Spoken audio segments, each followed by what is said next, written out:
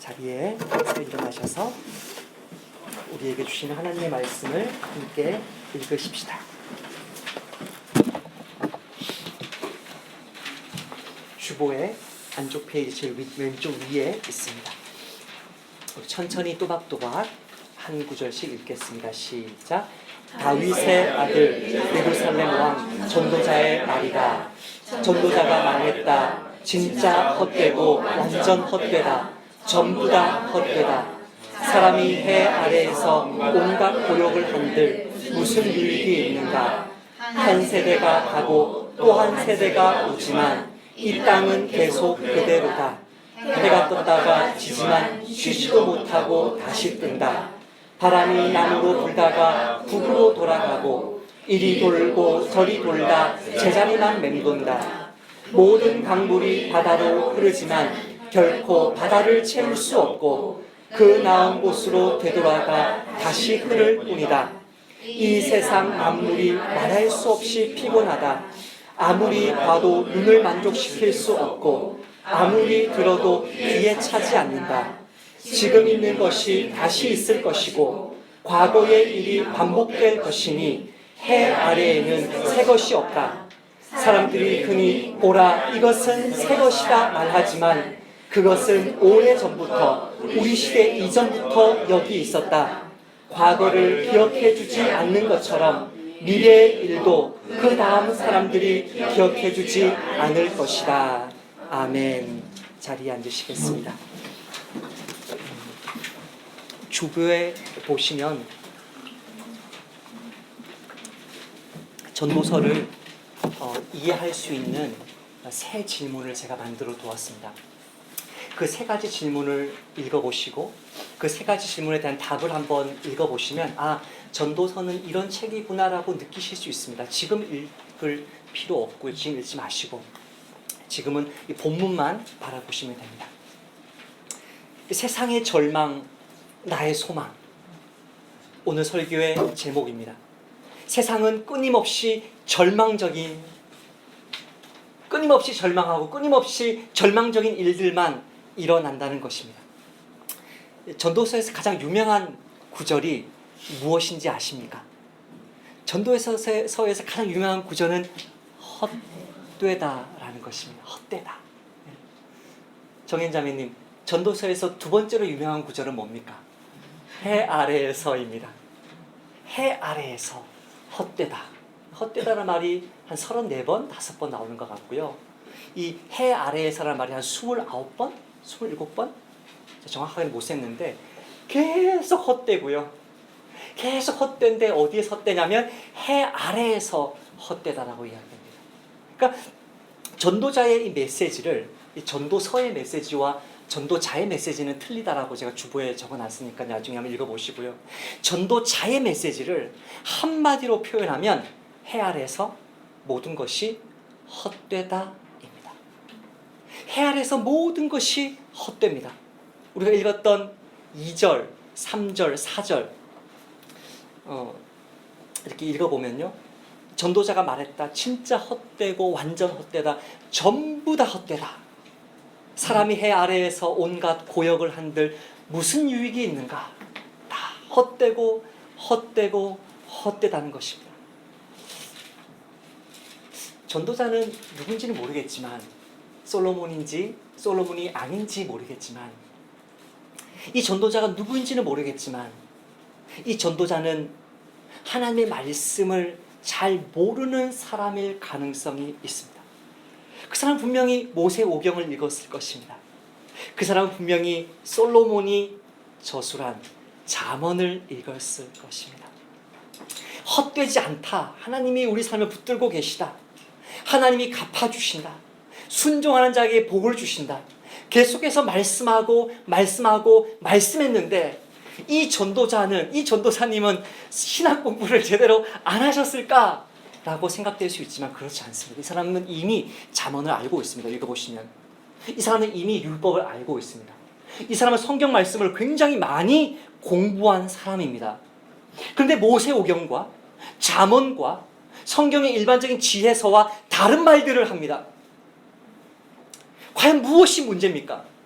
성경을 잘 모르는 것이 문제가 아니고요. 이 세상에 몰아닥치는, 자기 인생에 몰아닥치는 너무나 많은 고난을 당하면서, 너무나 많은 고생을 하면서, 자기 인생 속에 너무나 많은 비극들이 일어나는 것을 보면서 이 사람이 지금 뭐라고 얘기하냐면, 헛되구나. 이 땅의 문제, 내 인생의 문제에 집중하다 보니까 헛되고 모든 것이 헛되다는 이런 부정적이고 과격한 결론에 도달한 것입니다. 전도자의 메시지를 여러분이 제가 한번 선포해 보겠습니다. 이런 내용의 찬송가 들어보셨습니까? 못 들어보셨을 것입니다. 이 전도자의 메시지 이것입니다. 여러분, 나의 말에 귀를 기울여 주십시오. 내가 볼 때 이 세상은 모순 덩어리입니다. 내가 볼 때 이 세상은 고통의 바다입니다. 과연 무슨 의미를 찾을 수 있단 말입니까? 아직도 헛된 소망에 빠져 있습니까? 이런 찬송가 가사 보셨습니까? 요런 설법은 나옵니다. 절에서. 모든 것이 헛되고 헛되다. 인생은 고통의 바다다. 그 헛된 인생의 고통의 바다 속에서 무언가 의미를 찾으려고 하는 게 애욕이다. 애욕. 그 애욕이 뭘 갖다 줘요? 고통을 갖다 준다. 그 애욕을 내 마음속에서 몰아내라. 그게 무슨 상대? 공이라고 해요. 공. 그 애욕이 모든 고통을 찾아오기 때문에 욕심 부리지 마라.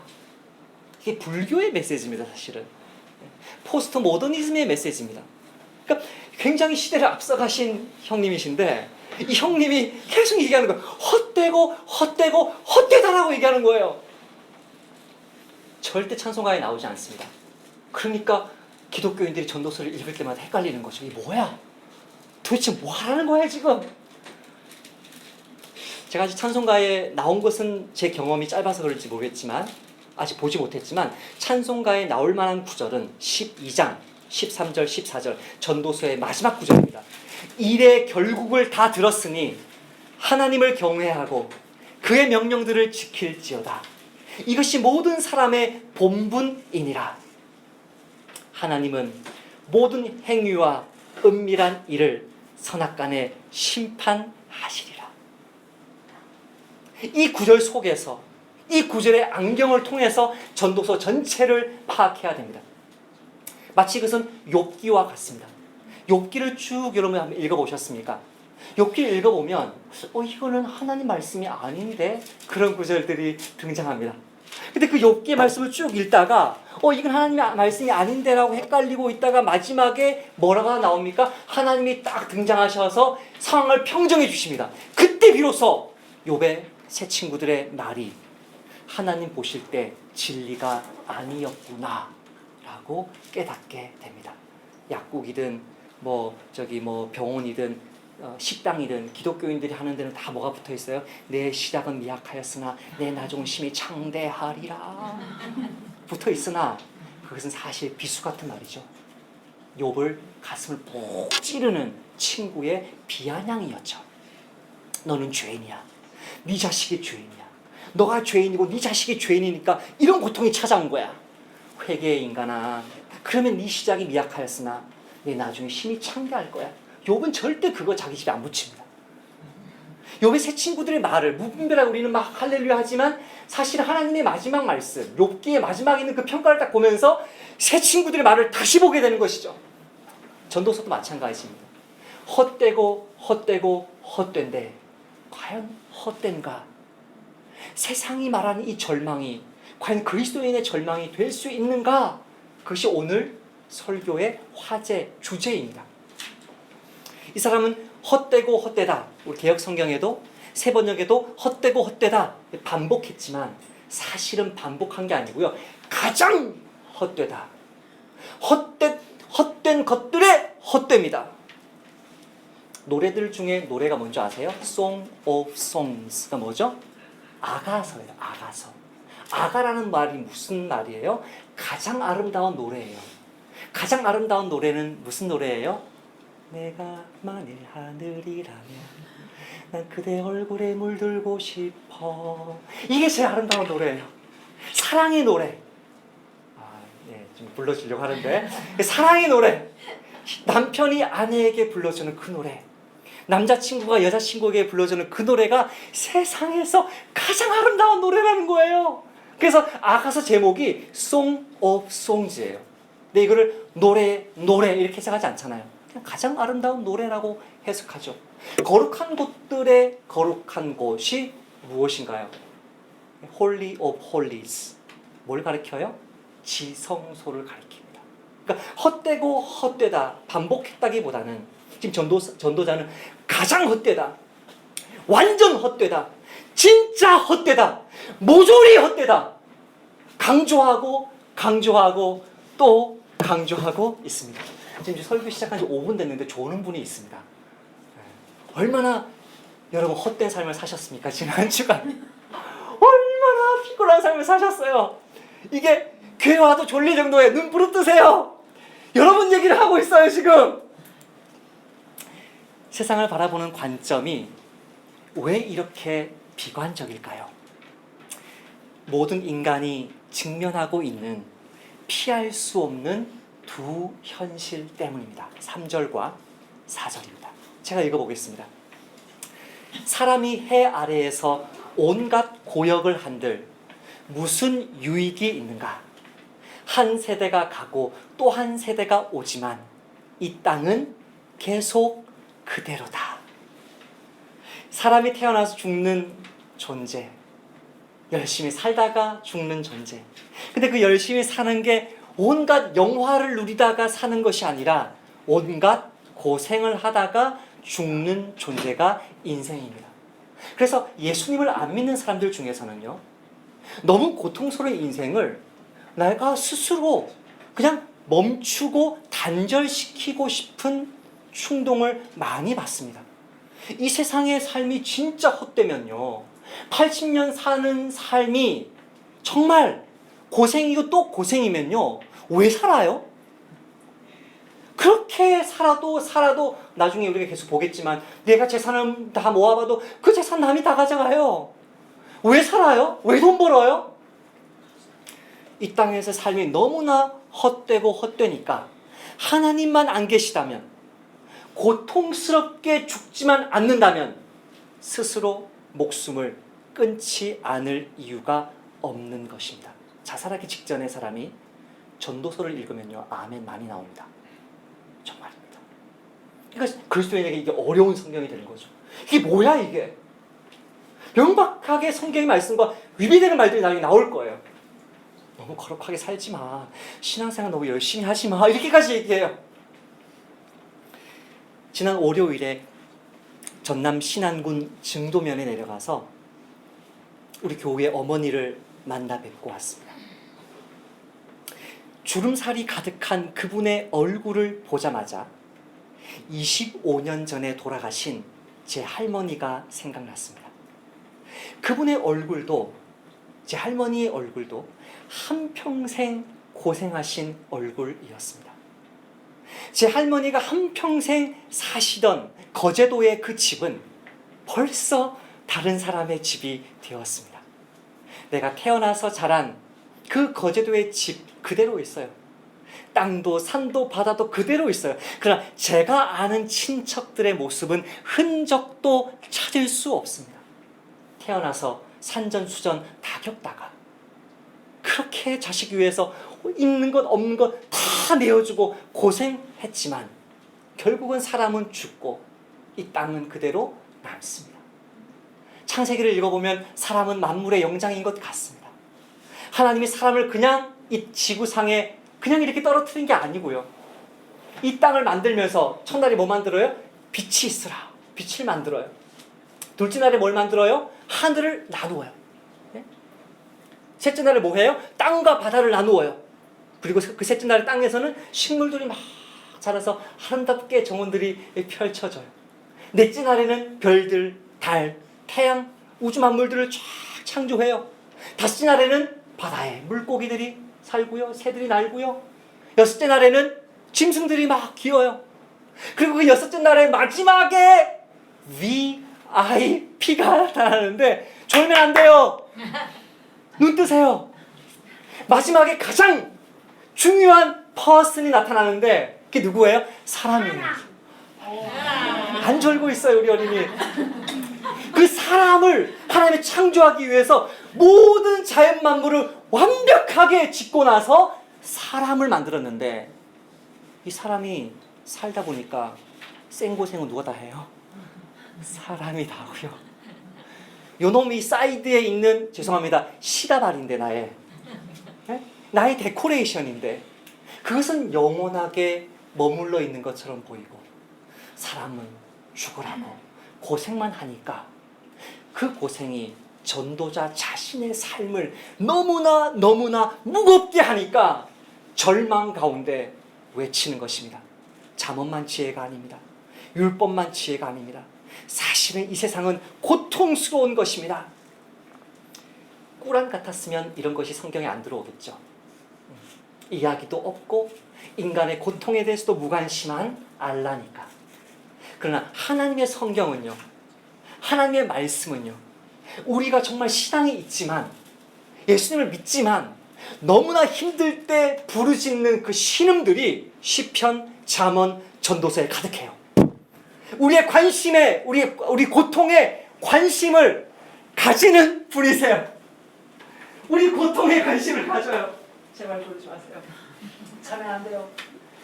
내 고통에, 내 아픔에 관심을 가지고 있어요. 예수님을 믿어요. 하나님을 믿어요. 그분이 살아계신 것 알아요. 그러나 내 삶이 너무나 힘드니까 모든 것이 헛되고 헛된 것입니다. 5절과 8절을 보면 그 헛된 것이 자기 인생만 헛된 게 아니고요, 자연 만물이 모두 헛됩니다. 제가 한번 읽어볼까요? 해가 떴다가 지지만 쉬지도 못하고 다시 뜬다. 바람이 불다가, 나무로 불다가 북으로 돌아가고, 이리 돌고 저리 돌다 제자리만 맴돈다. 모든 강물이 바다로 흐르지만 결코 바다를 채울 수 없고, 그 나온 곳으로 되돌아가 다시 흐를 뿐이다. 이 세상 만물이 말할 수 없이 피곤하다. 여기 지금 학생들이 한 3명, 4명 있네요. 자매들 중에 누가 학생인지 잘 모르겠어요. 대종형제까지 4명의 지금 학생이 있어요. 초등학생, 중학생, 대학생. 여러분들이 지난 한 주 동안 했던 삶이 뭔지 제가 다 알아요. 해처럼 떴다가 졌다가 다시 일어나길 반복했어요. 여러분은 매일 학생으로 살았는데 여전히 학생이에요. 도대체 언제 끝날까요, 그 학생 신분이? 지금 다니는 초등학교, 중학교, 대학교 졸업하면 이제 공부할 일 없을까요? 꿈도 꾸지 마요. 한평생 공부해야 돼요, 한평생. 예? 상철이 지금 공부하고 있잖아요. 예? 어떻게 하면 이거를 지금 잘 편안하게 지금 사람들이 할까? 무수히 공부해요, 찾아다니면서. 막 벤치마킹해요. 한평생 공부해요. 이 해가 뜨고 지는 게요, 기쁜 게 아니고, 아휴, 저게 내 인생이구나, 저게. 떴다가 졌다가 또 뜨네. 그러니까 하루 종일 해를 보면서, 달을 보면서, 별을 보면서 자기 신세 한탄을 하는 거죠. 여기에 있는 남자 직장인들 어떻게 살았는지 제가 뻔하게 다 알아요. 바람처럼 이곳저곳 열심히 돌아다녔지만 사실은 이리 돌고 저리 돌다가 제자리만 맴돌았죠. 내일은 또 어디를 향해 불 거예요? 방향은 조금 다르겠지만 여전히 로즈빌 근처를 돌 거예요. 조승희 집사님, 언제 한번 나는 2다리 다 뻗고 자식들이 돈 벌어다 주는 거 쓰면서 한번 쉬어보나? 꿈도 꾸지 마세요. 끝이 없는 수고가. 그 자식이 커도요, 걔들이 애를 낳아봐요. 누가 봐요? 엄마 아빠가 다 봐요. 끝이 없는 수고가 계속돼요.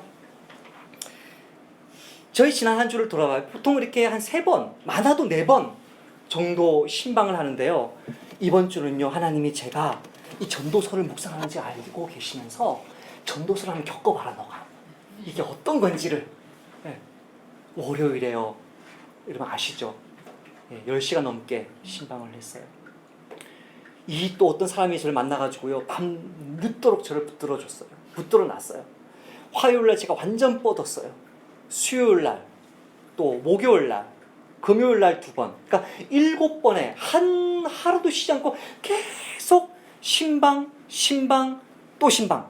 그래서 목사님도 힘드니까 하나님 신방 받으세요. 우리 순학 형제가 하나님 신방 받으세요. 축복해 주셨어요. 자, 이 사람이 지금 해 얘기하다가 바람 이야기하다가 강물 이야기를 합니다. 강물들이 바다를 향해 줄기차게 흘러가듯이 나의 하루하루의 삶도 내 자식에게, 내 남편에게, 내 고객에게, 나에게 맡겨주신 영혼들에게 열심히 흘러갔습니다. 그렇게 흘러가면 한번 뭐 해줘야 돼요? 넘쳐줘야 돼요. 넘쳐줘야 바다가 뭐라 그래요? 아이고 강아, 이제 그만 줘도 된다. 내가 족하다. 확 넘쳐줘야 되는데 이놈이 안 넘쳐요. 바다가 이게 넘치지 않아요. 부어주고 흘려주고 또 쏟아 부어주어도 오히려 여전하고 그 속에서 구름이 일어서 다시 땅으로 구름이 가서 거기서 비를 뿌리고 다시 또 계속 바다를 향해 흘러가야 되는 인생입니다. 저와 여러분의 지난 일주일의 삶은 섬김과 봉사와 노동이 반복되고 또 반복되었지만 끝이 안 났던 일주일이었습니다. 지난주에 저를 지치게 만들었던 분들은 저희 교회 성도들이 아니었습니다. 저에게 목자의 권위를 주지 않으시면서 목양을 요구하셨던 타 교회 성도들이었습니다. 10시간 넘게 운전을 하고 올라온 지난 월요일에 제가 그렇게 많은 것을 했고 우리 성도들 지금 뭐 내려와 있고 해서 그 사정을 이야기했는데도 한 형제가 정자동에서 저를 기다리고 있었습니다. 그 형제가 1년에 한두 번 전화하는 형제고 그 1년에 한두 번은 붙들어 주지 않으면 지옥 같은 절망으로 빠져드는 형제였기 때문에 제가 그 형제에게 정자동에서 기다려라 얘기했습니다. 나보다 훨씬 훌륭한 목사님을 모시고 있는 교회 집사님입니다. 3시간을 들어주고 또 들어주었지만 결론이 나지 않았습니다. 제가 그렇게 얘기했습니다. 저는 그렇게 얘기 안 하거든요. 이제 그만 일어납시다. 지하철 입구에서 헤어질 때 그분이 저에게 이렇게 물었습니다. 목사님, 제 전화번호 또 지우실 건가요? 예, 당연하죠. 저는 나그네 교회 목사거든요. 그 부부 문제는 간단합니다. 사실은 간단합니다. 그 아내와 함께 우리 부부를 만나면 됩니다. 1만 명 가까이 되는 그 대형 교회에서 가면 쓰고 사는 것 멈추고 나는 죄인입니다. 내 삶은 만신창이가 되었습니다. 주님의 십자가만을 붙듭니다. 간증하고 나그네 교회 다니면 됩니다. 그러나 그렇게 하지는 않습니다. 아내가 원하지 않으니까. 자신의 그 직업이 너무나 하이 클래스니까. 좋은 모습은 계속 보여주고 싶지만 좋지 않은 모습은 보여주고 싶지 않은 것입니다. 그럼 자기 교회 목사님을 찾아가지 왜 저를 만나나요? 몇 개월 있다가 만나도 나는 강, 그분은 바다. 어떤 바다? 넘치지 않는 바다일 것입니다. 들어주고 또 들어주어도 했던 얘기 또 할 것이고 결론이 안 날 것입니다. 이때 어떤 마음이 찾아옵니까? 절망이 찾아옵니다. 뭐 전화번호 지우는 차원이 아니라 저 인간 절대 안 만나 이런 절망이 찾아옵니다. 또 한 분은 죽을 고비를 넘기면서 예수님 앞에서 다시금 자신의 삶을 헌신하기로 저와 약속했습니다. 여러분이 함께 기도했기 때문에 아실 것입니다. 성경 공부를 하면서 지금까지 계속 우리가 섬기기만 했는데 그 섬김하는 것이 그것이 무엇이든지 간에 이분에게는 오히려 저를 그냥 종처럼 반말하시면서 단 한 번도 목사라고 부르지 않으시면서 부리시는 것으로 그분의 삶을 망쳐놓는 것을 보면서 그분을 망치지 않으려고 저희 교회 새신자들에게 그냥 주는 책을 돈 주고 사라라고 하고 그렇게 하기로 약속하고 책이 도착하기 하루 전입니다. 목사고 그래서 다시는 전화하지 마. 왜 그분이 그렇게 화가 났을까요? 사회로부터도 가족으로부터도 이 버림받은 분노인 것이죠. 버림받은 분노이죠. 근데 더 마음이 아팠던 것은 그 다음날 전화 걸려온 그분의 아내의 전화입니다. 지금 제 남편 어디 있는지 아세요? 이게 몰라서 묻는 게 아니고요. 나는 지금 손 안 대고 코 풀고 싶은데 당신이 좀 알아서 해야 되는지 뭐야요 지금 빨리 좀 해봐요. 저를 체근대는 말씀인 거죠. 아내인 당신은 나서기 싫어요. 그러나 목사는 빨리 조치를 취하라는 거예요. 아니 왜 교회에서 권사직분을 주나요? 왜 교회에서 가정이 지금 무너졌는데 가정은 내팽개치고 교회에서 봉사만 잘하고 헌금만 잘하고 한국교회가 그렇게 가르치고 있는 것에 대한 화가 막 저한테 나는 거예요. 참으로 듣기 민망한 말씀이에요. 정말 절망이 되었어요. 우리 성도들 절망된 거 아니에요. 이런 모습을 보면서요, 야, 헛되구나. 내가 아무리 진실한 그리스도인을 살아도 사람들은 나를 이용만 해먹는구나. 그런데 오늘 말씀을 읽으면서요, 제 마음을 아프게 했던 그 자매의 그 불쌍한 형편이 이해가 됐어요. 오죽했으면 남편을 버리고 도망갔겠습니까? 흘러가고 또 흘러가고 계속 그 남편을 향한 그 아내의 사랑과 섬김과 봉사가 흘러갔는데도 그 바다가 넘치지 않으니까 낙심하고 포기하고 절망하고 좌절한 것이죠. 그 권사님이 이해가 됐어요. 그래서 지금 그 영혼이 이렇게 외치고 있는 거죠. 진짜 헛되고 완전 헛되며 전부 다 헛됩니다. 가정생활도 아내 노릇도 다 헛됩니다. 한평생 고생하다 죽는 게 인생인데 더 늦기 전에 이제 좀 나 하나라도 편하게 삽시다. 사실은요, 기독교인들이요, 사실은 우리 마음속에요 이런 외침이 있어요. 여러분 마음속 한번 들여다보세요. 이런 절망이 있어요. 이런 좌절이 있어요. 그걸 직면하라는 거예요. 전도서는 거짓말 하지 말라는 거예요. 우리도 이런 말 하고 있다는 거죠. 이 세상을 바라보는 전도자의 이 비관적인 안목, 이 부정적인 지혜가 우리에게도 동일하게 있는 것이죠. 네? 예사한테도 있다고요. 12살이지만. 이런 절망이 마지막으로 어디까지 찾아옵니까? 우리 인생 전체, 인류 역사 전체에 찾아옵니다. 9절부터 11절입니다.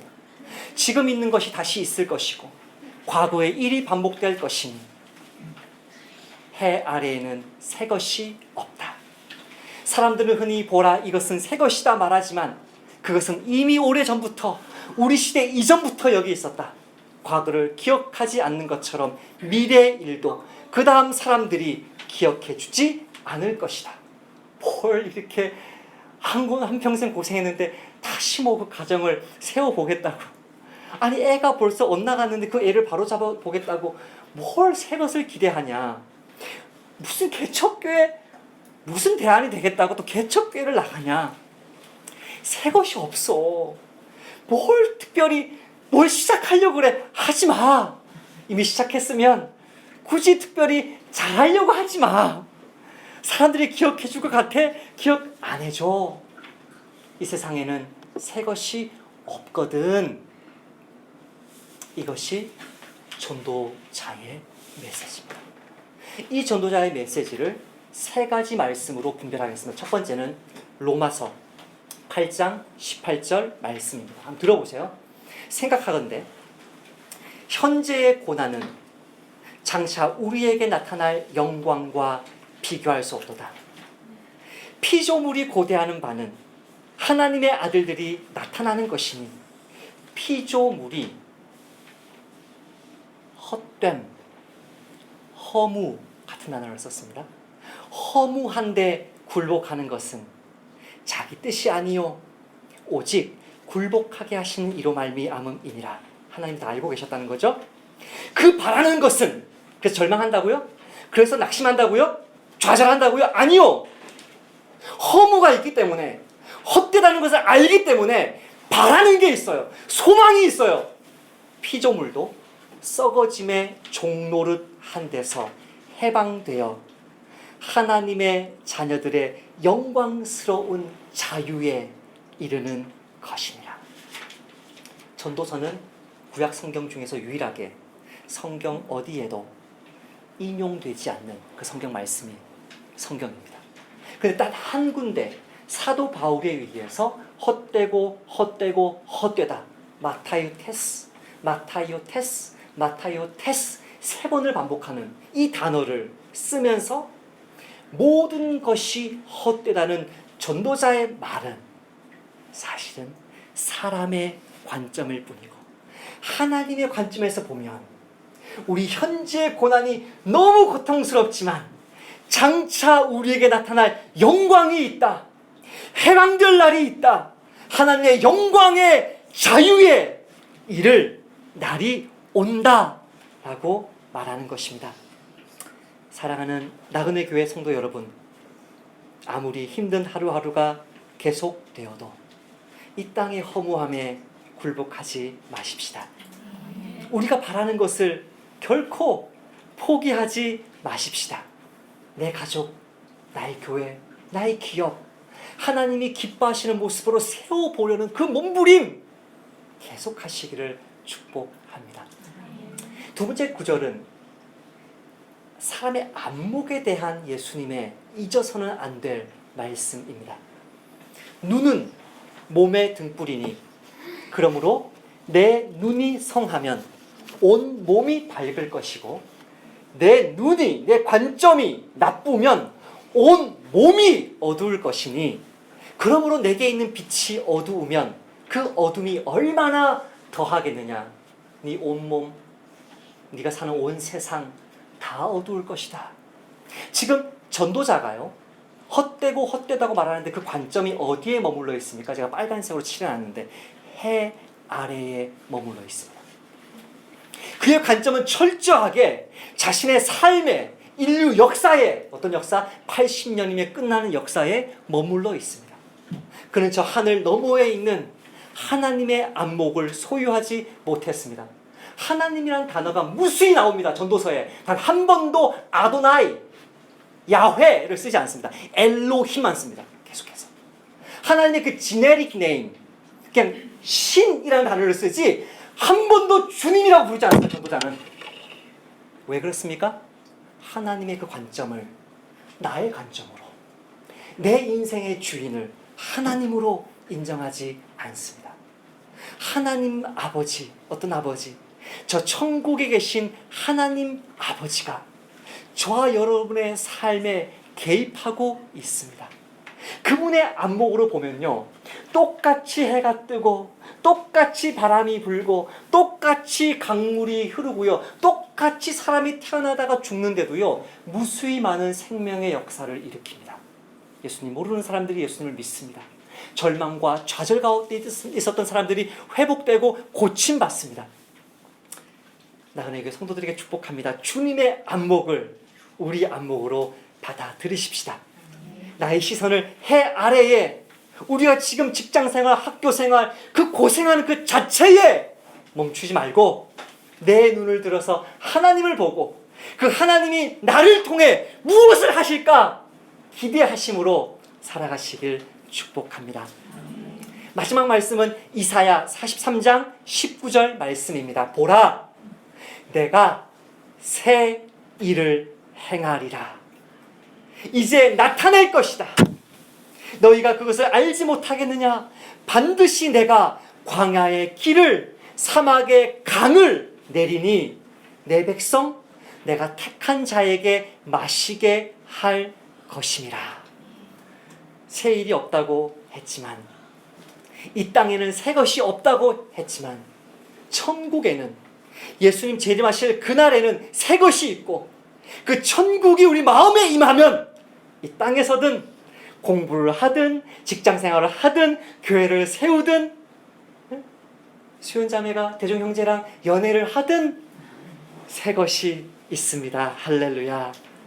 하나님께서 우리를 통해 그분의 백성을 살려내시는 새 일을 행하시고, 저와 여러분을 통해 내 남편과 내 아내와 내 자식을 세워내는 그 도구로 쓰임받으면 그 인생은 절대 헛되지 않고 절대 잊어버린 바 되지 않습니다. 사랑하는 자들아, 우리가 이같이 말하나 너희에게는 이보다 더 좋은 것, 곧 구원에 속한 것이 있음을 확신하노라. 하나님은 불의하지 아니하사 너희 행위와 그의 이름을 위하여 나타낸 사랑으로 말미암아 이미 성도를 섬긴 것과 그리고 이제도 섬기고 있는 것을 잊어버리지 아니하시느니라. 우리가 간절히 원하는 것은 너희 각 사람이 그러므로 동일한 부지런함을 나타내어 끝까지 소망의 풍성함에 이르러 게으르지 아니하고 믿음과 오래 참음으로 말미암아 약속들을 기업으로 받는 자들을 본받는 자 되게 하려는 것이니라. 우리가 9개월 동안 읽었던 이 히브리서 말씀, 하나님이 우리를 잊어버리지 않으시기 때문에 성실하게 오늘 하루도 내일 하루도 하나님 원하시는 생명의 역사를 일으키는 데에 우리 모든 은사를 쏟아 부으시는 저와 여러분 되시기를 축복합니다. 말씀을 맺겠습니다. 예화 중에 이야기했던 그 아버지의 아들이 이렇게 편지를 오늘 새벽에 보냈습니다. 그 프라이버시 관련되는 걸 다 떼고 제가 한번 간단하게 읽어보겠습니다. 목사님, 오전에 목사님과 통화한 후에 여러 가지 생각을 하면서 진작에 목사님과 충분한 이야기를 나누지 않은 것에 대해서 후회했습니다. 오늘 통화를 통해 제가 집중해야 하는 부분이 무엇인지 더 명확하게 보게 되었습니다.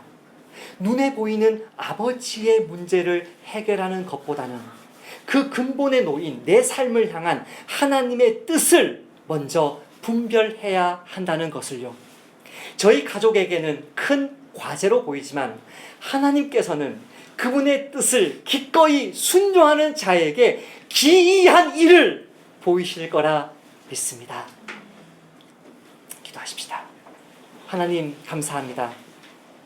지난 한 주 저희들은 정말 고단하고 힘든 삶을 살았습니다. 부모님의 모습, 나의 모습, 나의 자녀의 모습, 내 남편과 아내의 모습, 세상의 모습 보면서 실망할 것들만 너무너무 많았습니다. 너무나 연약한 인생이고 너무나 병이 많고 질고가 많고 고생이 많은 인생이 과연 정말 살 가치가 있는가라는 고민도 했습니다. 그러나 주님, 해 아래에서는 하나님의 안목을 가지지 못한 사람에게는 절망과 또 절망이 찾아올지라도 우리에게는 우리의 선행을 기억하시고 새 일을 행하시고 헛된 것에 종노릇하도록 내버려 두지 아니하시는 우리 주님의 백성에게는 새로운 소망이 있는 것을 믿습니다. 주님, 전도서를 계속해서 읽어나가는 가운데 이 세상 사람들이 가지고 있는 그 철학이 무엇인지, 우리 속에서 불쑥 솟아나는 그 절망의 목소리가 무엇인지를 복음으로 분별함으로써 이 땅에 있는 모든 고생스러운 삶 속에서 주님의 영광만을 선포하고 죽은 자들을 살려내는 나그네 교회로 서게 하옵소서. 감사드리며 예수님 이름으로 기도합니다. 아멘.